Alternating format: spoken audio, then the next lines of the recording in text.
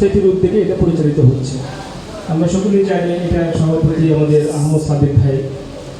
সত্যিকার অর্থেই আসলে এই দায়িত্বটা, এই কাজটা আমাদের কওমি ঘরানার মধ্য থেকে হওয়ার কথা ছিল এবং এখানে হাজার হাজার ছাত্র ওস্তাদের দ্বারা পরিপূর্ণ থাকার কথা ছিল, কিন্তু প্রাকৃতিক দুর্যোগ, আবহাওয়া প্রতিকূল হওয়ার কারণে আমাদের এটা সম্ভব হয়ে ওঠেনি। এটা আপনারা সকলেই বুঝতে পেরেছেন। তো যাই হোক, সেই দিনের কথা আর কি বলবো।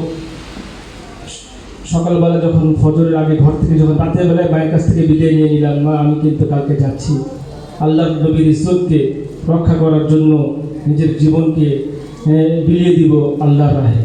মা আমাকে অভয় দিলেন, যাও বাবা। তার এই অভয়টা আমার জন্য অনেক বড় একটা প্রেরণা জুগিয়েছিল।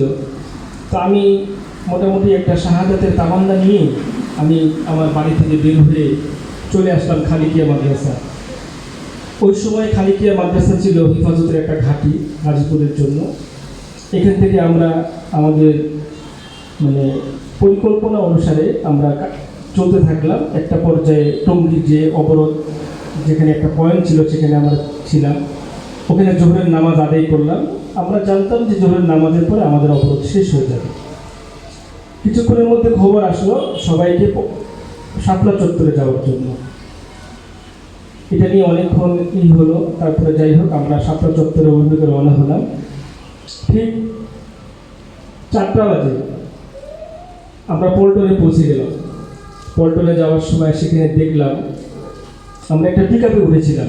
পিকআপটা আমাদেরকে রামপুরা থেকে নিয়ে পল্টন পর্যন্ত নিয়ে গেল, বললো হুজুর এই পর্যন্ত আপনারা যেতে পারবেন। আমরা কয়েকজন মিলে সেখানে গেলাম। পল্টনে যখন আমাদেরকে নামিয়ে দিল, তখনই পল্টনের এই রোডটা একেবারে কাঁদনো গ্যাসে, একেবারে এই বর্ষাকালের যেমন আকাশ যেমন মেঘাচ্ছন্ন থাকে, ঠিক সেরকম মেঘাচ্ছন্ন। এত পরিমাণ আগুন জ্বলতেছে, ধোঁয়া, কুণ্ডলি আর কাঁদনো গ্যাসে। তো ওখানে নামার সাথে সাথে আমাকে 2 ভাই বলতেছিল যে ভাই আপনাদের হেফাজত কর্মী তো শহীদ হয়ে গেছে অনেকেই, আর পুলিশেরও গুলি শেষ হয়ে গেছে, আপনারা সবাই চলেন, আসেন এদিকে। তা আমি আমার ইমানের তাগিদে হাতে একটা লাঠি ছিল নিয়ে আমি ঢুকে পড়লাম ভিতরে। কিছুক্ষণ যাওয়ার পরে এমন কাঁদনো গ্যাস আর সম্ভব হচ্ছে না। পরে পাশে একটা চিপা গলি দিয়ে ঢুকে গেলাম। ঢুকে যাওয়ার সাথে সাথে আমি একেবারে বেহুশের মতো পড়ে গেলাম। উপর থেকে দোতলা থেকে কার্টুন নিক্ষেপ করে দিল আমাদেরকে।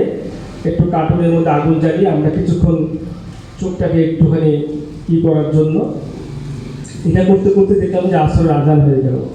আসরের নামাজ ওই ভিতরে একটা গলিতে মসজিদ ছিল, সেখানে মসজিদে নামাজ আদায় করলাম।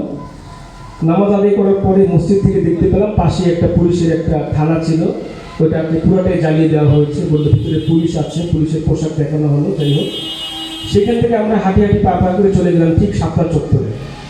শাপলা চত্বরে সেখানে রুলাম সে রাত্রে একেবারে 2টা পর্যন্ত। এর মধ্যেই আমাদের বড়রা অনেক বক্তব্য দিয়েছেন এবং আমাদের সামনে দিয়ে এরকমভাবে, সেখানে তো আর খাটিয়া ছিল না, ওই ফুটপাতে যারা ব্যবসা করে তাদের যে চৌকিগুলো ছিল, এই চৌকিগুলো উল্টিয়ে তার মধ্যে লাশগুলো নিয়ে আমাদের সামনে দিয়ে এরকমভাবে কিছুক্ষণ পরপর ঘোরানো হচ্ছে। রাত যখন 2টা বেজে গেল, তখন আমরা চিন্তা করলাম যে, আমি ব্যক্তিগতভাবে চিন্তা করলাম, আমার সাথে যারা ছিলেন, আর মাত্র 1 ঘন্টা আছে ফজর হওয়ার। তো আমরা উজু ইস্তেঞ্জা থেকে ফারিগ হয়ে বাকি সময়টুকু এখানে নামাজ, তেলাওয়াত, জিকির আজকারের মধ্যে কাটিয়ে দিত। তো আমরা চলে গেলাম মতিঝিল মাদ্রাসা। সেখানে গিয়ে উজু ইস্তেঞ্জা থেকে ফারিগ হয়ে আবার একেবারে মঞ্চের কাছাকাছি, ঠিক মঞ্চ থেকে 10 হাত দূরে আমি ছিলাম। এই সময় মাইক থেকে ঘোষণা আসলো যে এরকমভাবে সরকারি বাহিনীর পক্ষ থেকে আক্রমণ শুরু হয়ে গেছে, ওই দিক থেকে আপনারা সবাই সজাগ হন। কারণ রাত্রে তখন 2:30 বাজে, সবাই ঘুমু ঘুমু ভাব, নিদ্রাচ্ছন্ন, কেউ তন্দ্রাচ্ছন্ন, বিভিন্ন হালতে। একটু সাথে সাথে সবাই দাঁড়িয়ে গেল। হঠাৎ করে দেখলাম যে কারেন্টটা অফ হয়ে গেল। আমি আমার ইমানের তাগিদে আমি চিন্তার চেষ্টা করলাম যে আমি স্টেজের সামনে যাই, সেখানে মুরব্বীরা আছে। কিন্তু আমার সাথে আমার এক ভাই ছিল, উনি আমার পাঞ্জাবির এটা ধরে টান দিয়ে বললেন যে আপনি আর 1 ইঞ্চি সামনে আগাতে পারবেন না, চলেন। আবার আমরা ফিরে গেলাম সেই মতিঝিল মাদ্রাসাতে ঢোকার সাথে সাথেই এই সাউন্ড গ্রেনেডের আওয়াজ, একটার পর একটা আহত, গুলিবিদ্ধ আমাদের ছাত্র ভাইরা একের পর এক আসা শুরু হলো। সেই রাতের সেই দৃশ্য বা সেই রাতের সেই আওয়াজগুলো শুনলে এখনো শরীরে পশম দাঁড়িয়ে যায়। আমি তো না, আমি ছাড়া আরও হাজারো লাখো ওলামা তলাবা সেখানে উপস্থিত ছিলেন। একটা সময় আস্তে আস্তে ফজরের আজান হলো। ফজরের নামাজের পরে আমরা চিন্তা ভাবনা করলাম এখন আমরা গাজীপুরে চলে আসবো। তো গাজীপুরে যে আসবো শুনতেছি আবার যে বিভিন্ন পয়েন্টে পয়েন্টে পেটুয়া বাহিনী দাঁড়িয়ে আছে, তাদেরকে দেখতেছে, তাদেরকে পিটাচ্ছে।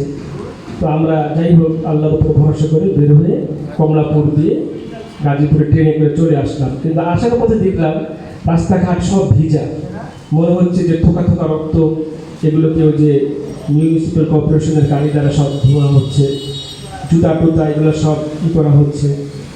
তো এরপরে আমি চলে আসলাম। তারপরে ঘটনা তো আপনারা সকলেই জানেন। আমার একটা লম্বা সময়ের মধ্যে একটু সামান্য কিছু অংশ আপনাদের সামনে তুলে ধরলাম। এখানে আরও অনেক ঘটনা আছে, যাই হোক আপনারা অনেকে পরবর্তীতে জেনেছেন, জানবেন। তো আমি আজকে সেই শাপলার স্মৃতিচারণের লক্ষ্যে সত্যি সেই তাগিদে আমার এখানে আসা।